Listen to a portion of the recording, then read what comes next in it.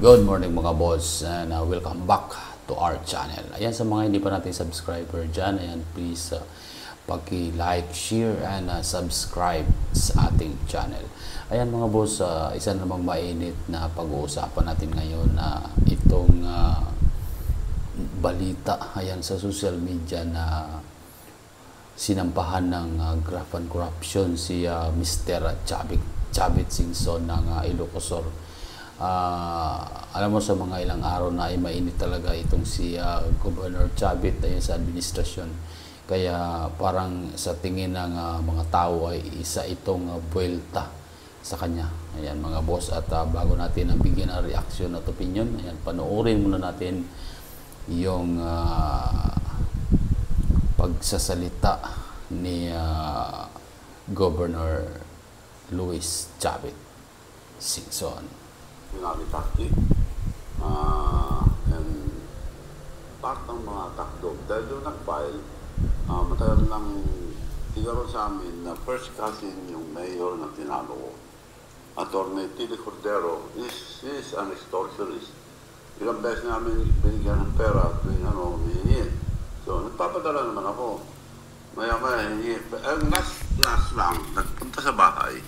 Mismo nagpunta sa bahay sa Narbacan. Magre-retire na ako, pwede mo bilhin yung hotel resort ko. 20 million lang, mura lang, sabi niya. Mura naman yan. Sige na nga, para matapos lang ako. Pupunta ako sa bahay niya, tinignan ko, nasaan yung resort hotel niyo? Eto, ang tinuro niya, maliit na bahay, 2 kwarto lang na maliliit. Pagpasok ko sa kwarto, kama na. Ang liit. Paano ko naman bibili ng 20 million? So, hindi ko binili. Nag-aarit na naman yan.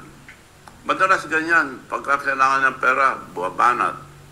So, hindi naman. Binibigyan ko naman.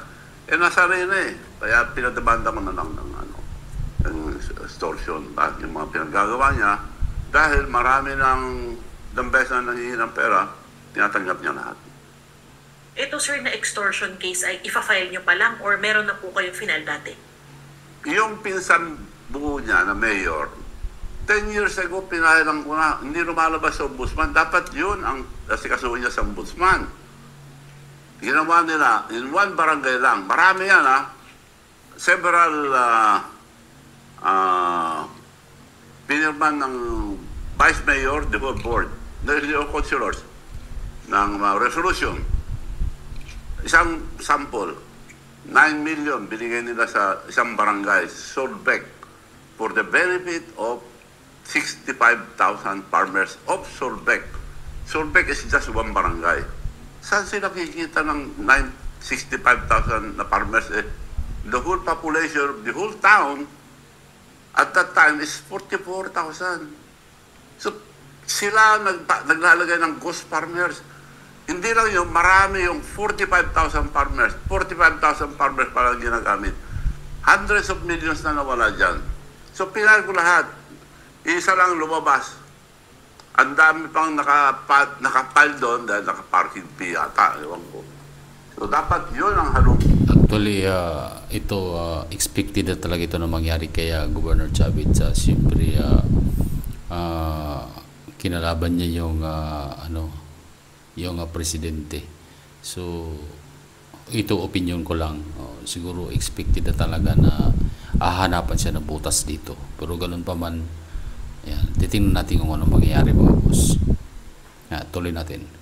Patin po nila bago sila magbintang. Puntahan ko lang itong plunder complaint nila. Yes. Ang sinasabi po ay bumili po kayo nung mayor pa kayo ng Narvacan ng overpriced ng 100 million Yes. na piece of land. Ano pong masasabi niyo doon? That piece of land, 10 hectares. Malaki. At that time, ang presyo noon, 8,000 per square meters. Yung mga mas mahal pa eh.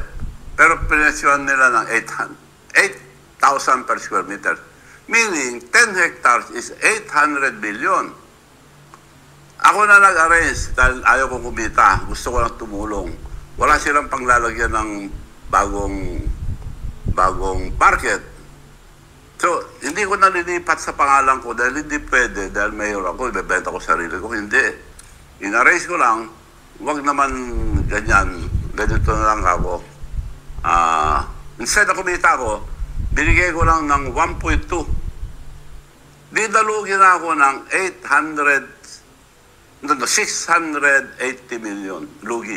So parang sabi niyo po, sir, nag-abono pa, parang gano'n. Lugi. Instead na, may bumibili sa akin noon ng 500 eh. 5,000 per square. Di 500 million. Binigay ko lang sa munisipyo ng 1.2. Ako pa nalugi, ako pa kinukomplain. Pero ang sabi nila, sir, 49 million lang dapat yung... Saan ka nakakita ng 10 hectares na 45 million? Kalukuhan yun, kaya nadepanda ko pa sila dyan. At that time, nakarecord po ang 8,000. Ngayon, 20,000 na per square. Hindi lang 8,000 aabutin yan, mas malaki pa. So, kita ang munisipyo dyan, hindi nalugi, kung hindi kumita. Kaya, mali yung, ako nga dapat bigyan ng medalya, ako pa dadamanda. Lugi ako. Sino nagpapalugi po ng ganyan? 8,000 ang presyo, binigay ko lang 1.2. Who is willing? 680 million lugi kagad. Ako lang po, sa buong Pilipinas siguro, na nagpalugi ng ganyan. Pwede ko kitain kung corrupt ako. Sila ang corrupt dahil ang dami ng nawala na pera sa Narvacan, yung pinsang buo niya. Pending pa sa ombudsman. Dapat bago na ako imbestigahan ito, ilabas nila yung mga pending case ni Edgardo Zaragoza. Ang dami po. Ang liwanag, 45,000 farmers, ilang million, 80 million, umbigay sila. Puro ghost. Po 44,000, it was certified by the government. Ang farmers na Narvacan, at that time, 6,000 lang. 45,000 farmers, ilang beses, paulit-ulit, 65,000 farmers. Ang liwanag. Bakit hindi nila balikan yun? Yun, demandan nila ako kung hindi totoo siya sabi ko. Sir, ang sinasabi pa po niya dun sa complaint ay dahil donate yung lupa para sa economic and industrial purposes, dapat daw po hindi niyo binenta. Wala naman donate eh. Sino magdodonate? Wala magdodonate. Yung lupa daw na 10 hectares, sir, dapat daw pang LGU use yun for no. It was owned by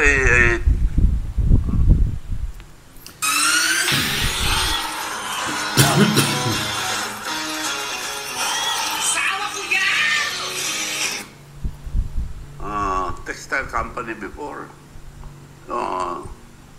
Nakalimutan ko na. Hindi tigaro nakabili nun. Diba? So hindi siya, sir, parang kumbaga... binili ko na negosyo ko sana. Pero nung para sa munisipyo na, hindi ko na negosyo. Binigay ko at a losing price, 1.2. Ang tinatanong po nila ay bakit po binenta in the first place? Bakit po ba natin binenta yung lupa na yun? Wala kami panglalagyan ng market. And that's the only buo na 10 hectares along the highway na malapit sa bayan. Maganda po yun na lupa. Napakaganda. Sir, punta ako sa Sulvec, yung sa Santorini. Yes. Kasama din po sa final nila yung graft charges po. Dahil hindi daw dapat, wala daw sapat na permits, pati environmental clearance. Ano po kasi? Ito po, ang huti na banggit nyo. Binili ko noon dahil lahat pinagbebenta yung mga tourism na ginawa nila President Marcos na wala namang kwenta.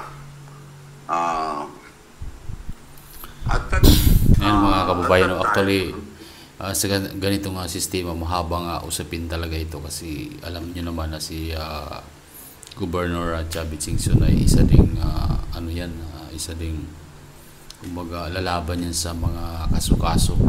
So, antabayanan na lang po natin kung ano mangyayari, pero sa tingin ng mga nakakarami ay ito ay isang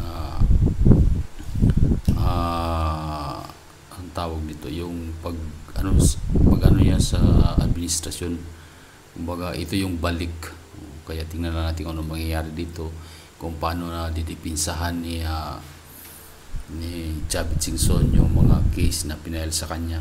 So actually si Chavit Singson ay isa ding ano yan, may pera din yan, kumbaga mayaman din talaga yan. So lalaban din yun pagdating sa mga kaso-kaso, yan talagang lalaban yan.